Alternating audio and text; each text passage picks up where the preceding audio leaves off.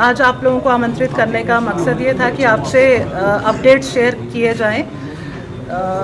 पिछले कुछ महीनों में हमारे यहाँ चोरी की काफ़ी वारदातें हुई हैं और ये सारी वारदातें दिन दोपहर में हुई हैं। 5 केसेस सिर्फ त्रिकुटानगर पुलिस स्टेशन के जुरिस्डिक्शन में रजिस्टर हुए और एक केस छन्नी के जुरिस्डिक्शन में रजिस्टर हुआ और एक सतवारी के जुरिस्डिक्शन में। जब हमने इन सब केसेस का रिव्यू किया तो हमने पाया कि चोरी करने के तरीके से लेकर के टाइमिंग तक वो सब मैच करती थी और हम इस नतीजे पे पहुंचे कि पॉसिबली ये कोई एक ही गैंग है जो इन सभी जगहों पे वारदातें कर रहा है।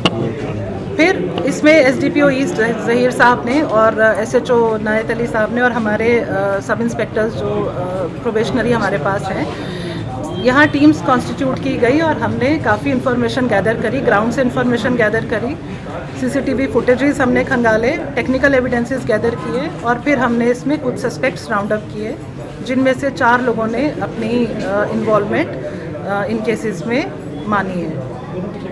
कुल मिलाकर 10 केसेस वर्कआउट हुए हैं, जिनमें 5 पुलिस स्टेशन त्रिकुटानगर के हैं, 1 पुलिस स्टेशन छन्नी हिम्मत का, 1 पुलिस स्टेशन सतवारी का, 1 केस नगरोटा पुलिस स्टेशन का है और 2 पुलिस स्टेशन कटरा के केसेस हैं। टोटल रिकवरी जो अभी तक इनके डिस्क्लोजर पे हुई है वो 800 ग्राम गोल्ड है, 80 तोला गोल्ड जो हमने डिस्प्ले किया है।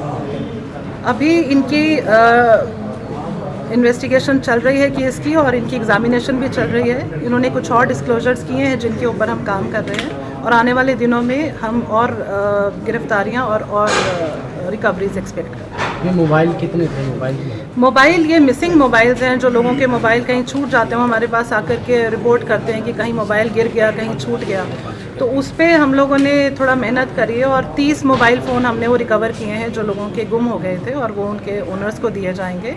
उससे पहले हम 50 फ़ोन पहले रिकवर कर चुके हैं, वो भी हम उनके जो ओनर्स हैं उनको वो लौटा चुके हैं। मैम, जो गोल्ड है उसकी कितनी क्वांटिटी है?